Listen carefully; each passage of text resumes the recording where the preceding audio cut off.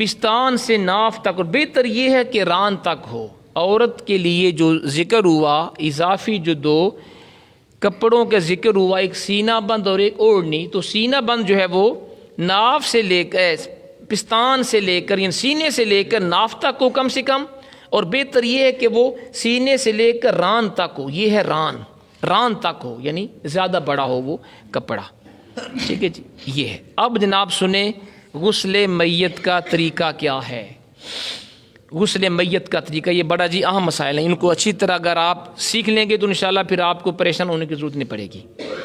اگر بتیاں یا لبان جلا کر 3، 5 یا 7 بار غسل کے تختے کو دھونی دیں، یعنی اتنی بار تختے کے گرد پھرائیں جس تختے کے اوپر آپ نے میت کو غسل دینا ہے، اس تختے کو پہلے دھونی دیں گے۔ اگر بتیاں یا لبان یا خوشبو والی کوئی چیز اس طرح جلا کر تختے کے چاروں طرف 3، 5 یا 7 مرتبہ پھرائیں گے، اسے کہتے ہیں دھونی، تاکہ اس کے آس پاس اس جگہ پہ خوشبو آئے، یہ ہے مقصد۔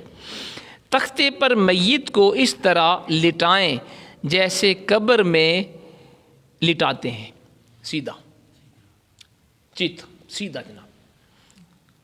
اسی طرح سر اس کا اس طرف ہوگا اور پاؤں، یعنی سر ہوگا شمال کی طرف اور پاؤں ہوں گے جنوب کی طرف، جیسے قبر میں اس کو لٹاتے ہیں اسی طرح۔ ناف سے گھٹنوں سمیت کپڑے سے چھپا دیں جی۔ اب غسل کا طریقہ بیان ہو رہا ہے۔ غسل سے پہلے میت کا بدن ناف سے کہاں تک؟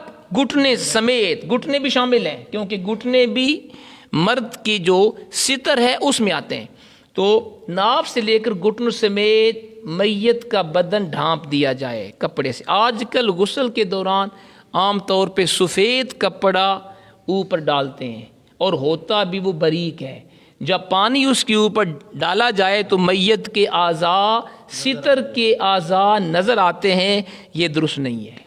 بہتر یہ ہے کہ کتھی یا گہرے رنگ کا اتنا موٹا کپڑا ہو کہ پانی پڑنے سے ستر نہ چمکے، شرمگاہ اس کی ظاہر نہ ہو۔ کپڑے کی 2 تہیں کر لیں تو زیادہ بہتر ہے، کپڑا موٹا اس کے اوپر ڈالا جائے، اور اگر ڈبل کر لیا جائے تو زیادہ بہتر ہے، تاکہ جب آپ اسے غسل دیں یا استنجا کروائیں گے خاص طور پہ تو اس کی شرمگاہ ستر کی جگہ ظاہر نہ ہو۔ یہ مسئلہ بڑا اہم ہے، عام طور پہ لوگوں کو پتہ نہیں ہوتا اس کا۔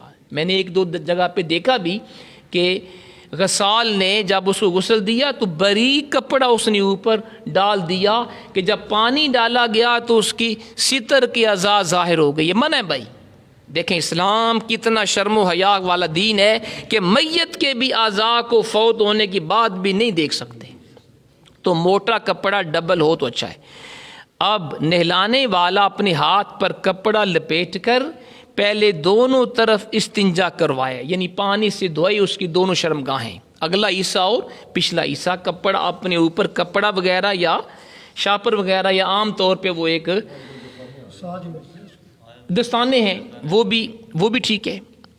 اچھا جی، پھر نماز جیسا وضو کروائیں میت کو، نماز کی طرح، یعنی 3 بار اس کا چہرہ دھوئیں، 3 مرتبہ دونوں بازو کونوں سمیت دھوئیں، اور سر کا مسح کریں میت کا، اور چوتھا 3 مرتبہ دونوں پاؤں دھلائیں۔ یہ 4 وضو کے فرض ہیں۔ اگر آپ کو یاد ہو جب ہم نے وضو کا طریقہ پڑھا تھا، یہ 4 فرائض میں نے آپ کو بیان کیے تھے، تو وضو کے 4 فرض میت کے بھی پورے کرنے چاہیے۔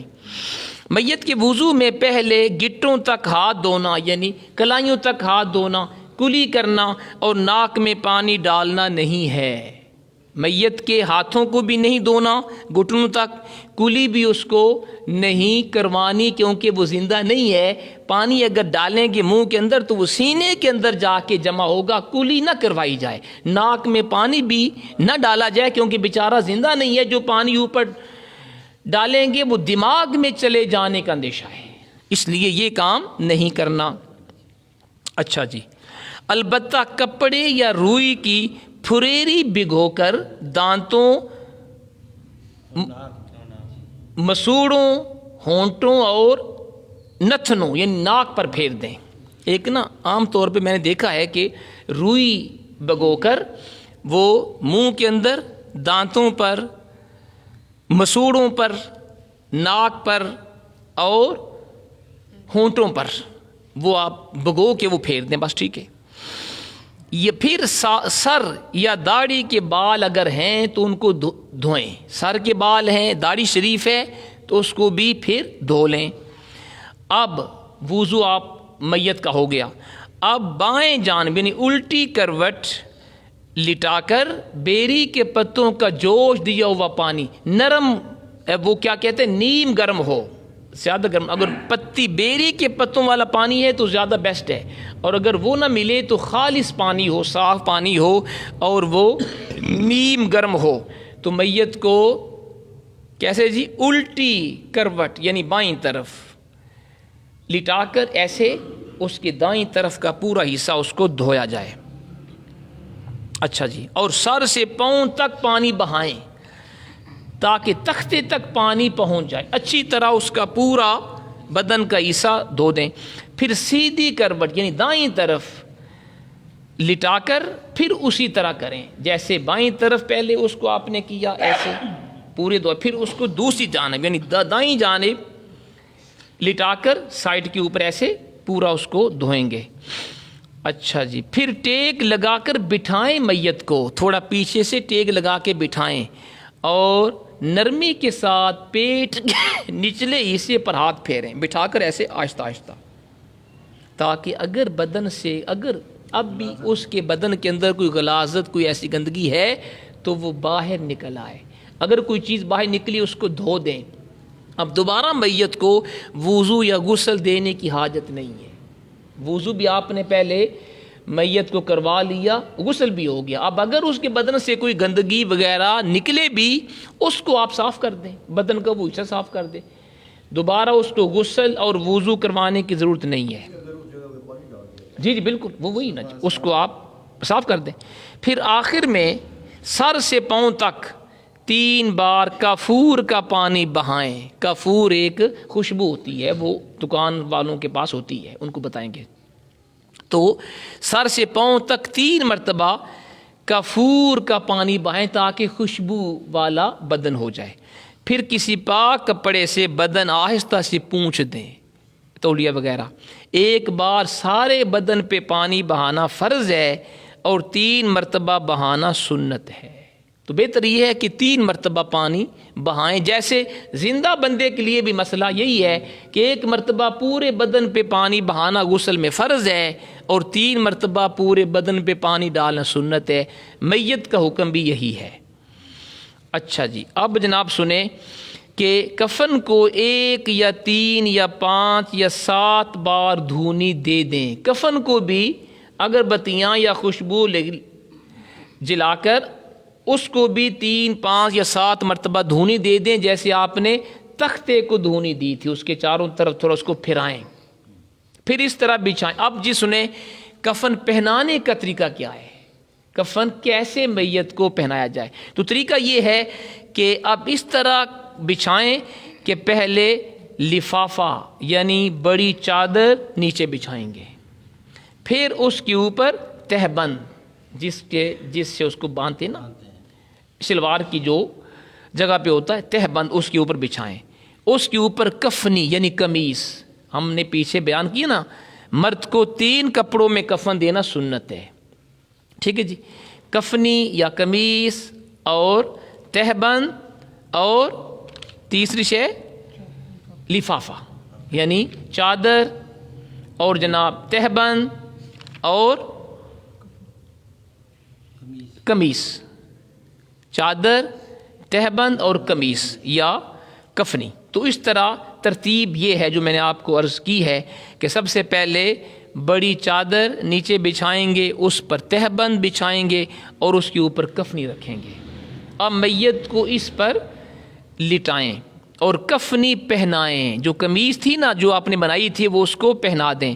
اب داڑھی پر اگر داڑھی ہے، اگر داڑھی نہیں ہے تو ٹھوڑی پر اور تمام جسم پر خوشبو ملیں، میت کے داڑھی اور ورنہ تھوڑی اور تمام بدن پہ خوشبو ملے۔ وہ اعضاء جن پر سجدہ کیا جاتا ہے، پیشانی، ناک، دونوں ہاتھ، گھٹنے اور دونوں پاؤں، ان پر کافور لگائیں۔ کافور یہ ایک خوشبو ہوتی ہے۔ پھر تہبند الٹی جانب سے پھر سیدھی جانب سے لپیٹیں۔ تہبند پہلے الٹی جانب سے لپیٹنا ہے، پھر سیدھی جانب سے۔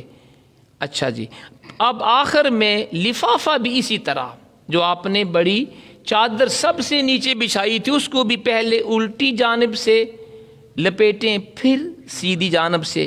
کیوں بلا؟ تاکہ سیدھا کپڑا اوپر رہے، یہ ہے اس کی وجہ ہو کہ حکمت یہ ہے۔ سر اور پاؤں کی طرف باندھ دیں اس کو، جو بڑی تھی سب سے نیچے جو آپ نے بچھائی تھی بڑی چادر، اسے پھر سر اور پاؤں کی طرف سے باندھ دیں آخر میں۔ اب جناب سنیں عورت کو کفن پہنانے کا طریقہ، یہ تھا مرد کو کفن پہنانے کا طریقہ۔ آخر میں سنیں، اس کے بعد دعا کرتے ہیں۔ عورت کو کفن پہنانے کا طریقہ بھی سن لیں۔ کفنی پہنا کر، کفنی سے مراد ہے قمیص، اس کے بالوں کے 2 حصے کر کے، عورت کے بالوں کے 2 حصے کر کے کفنی کے اوپر سینے پر ڈال دیں۔ سنت طریقہ یہ ہے، عورت کو جب قمیص یا کفنی پہنائیں گے تو اس کے بالوں کے 2 حصے کر کے سینے کے اوپر ڈال دیں گے، اور اوڑھنی کو آدھی پیٹھ کے نیچے بچھا کر سر پر لا کر منہ پر نقاب کی طرح ڈال دیں۔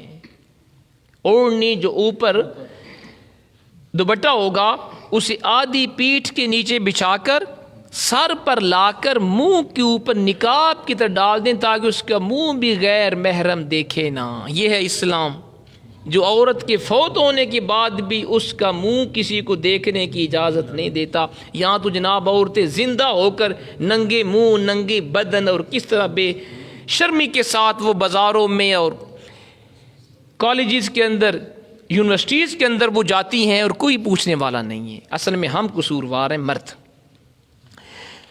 تو فرمایا کہ اوڑھنی کو آدھی پیٹھ کے نیچے بچھا کر سر پہ لا کے منہ پر نقاب کی طرح ڈال دیں کہ سینے پر رہے، اور سینہ بھی اس کا ڈھانپا ہو، فوت ہونے کے بعد بھی چہرہ بھی ڈھانپا ہوا ہو۔ اس کا طول، اب اس کی جو جس کا ذکر بھی میں نے کیا ہے اوڑھنی کا، جی باندھیں گے، لیکن یہ انہوں نے بتایا ہے کہ جب اوڑھنی اس کو دیں گے تو اس کا طریقہ بتایا ہے۔ پہلے اس کو قمیص وغیرہ پہنا کے اوڑھنی پھر بعد میں ڈالنی ہے، اور اس کے بارے میں وہ بتا رہے ہیں کہ اوڑھنی جو ہوگی یعنی دوپٹہ ہوگا، اس کا طول آدھی پشت سے نیچے تک ہو، آدھی پشت سے یعنی آدھی پشت سے نیچے ہو، اور اس کا عرض یعنی اس کپڑے کی چوڑائی ایک کان کی لو سے دوسرے کان کی لو تک ہو، یعنی تاکہ اس کا پورا سر، چہرہ اور اس کی پشت وہ ساری ڈھانپ دی جائے۔ بعض لوگ اوڑھنی اس طرح ڈالتے ہیں جیسے عورتیں زندگی میں سر پر اوڑھتی تھیں، یہ خلاف سنت ہے۔ جیسے زندگی میں عورت سر کے اوپر اوڑھنی لیتی ہے، ایسے نہیں ڈالنی، سر بھی ڈھانپا ہو، چہرہ بھی، پلس اس کا نیچے کا حصہ بھی پورا، پشت بھی اس کی ڈھانپی ہوئی ہو۔ پھر بدستور تہبند اور لفافہ یعنی چادر لپیٹیں۔ اب جی دوبارہ ذرا سن لیں، پہلے بتایا تھا قمیص اس کو پہلے پہنائیں گے، قمیص کے بعد اوڑھنی یا دوپٹے سے اس کا سر، پشت، سینہ وغیرہ ڈھانپیں گے، اور پھر اس کے بعد جناب سنیں کہ تہبند یعنی شلوار کی جگہ جو ہوتا ہے کپڑا، تہبند اور لفافہ یعنی بڑی چادر، یہ اس کے بعد ہوگی۔ پھر آخر میں سینہ بند آ گیا جی، سینہ بند 5واں کپڑا آخر میں جو پستان کے اوپر والے حصے سے ران تک لا کے کسی ڈوری سے باندھ دیں۔ پستان یعنی سینے سے لے کر ران تک لا کے ڈوری کے ساتھ باندھ دیا جائے۔ یہ 5 کپڑے ہیں جن میں عورت کو کفن دینا یہ سنت ہے۔ انشاءاللہ اگلے درس میں ہم آگے اور مسائل بھی ہیں اسی طرح کے کہ بعد نماز جنازہ دفن کا طریقہ کیا ہے، یہ بھی سنت طریقہ انشاءاللہ بڑا اہم ہے، ہمیں پتہ ہو کہ کیسے ہم میت کو لے کر جائیں گے اور کیسے اس کا نماز جنازہ پڑھ کے قبر میں کیسے دفن کریں گے، یہ بھی اکثر کو نہیں پتہ جناب۔ اکثر کو سنت طریقہ، ہمیں تو یہ بھی نہیں پتہ اکثر کو کہ جنازے کو کندھا کیسے دینا سنت ہے۔ یقین کریں میں نے کئی دفعہ دیکھا ہے، لوگ کوئی جناب پیچھے سے دائیں طرف سے جا کے کندھا دے رہا ہے، کوئی بائیں طرف سے، کوئی دائیں، پتہ ہی نہیں ہمیں۔ انشاءاللہ یہ مسائل اگلے سوموار کو انشاءاللہ بشرط زندگی ہم بیان کریں گے، اس میں بھی آپ تشریف لائیں گے۔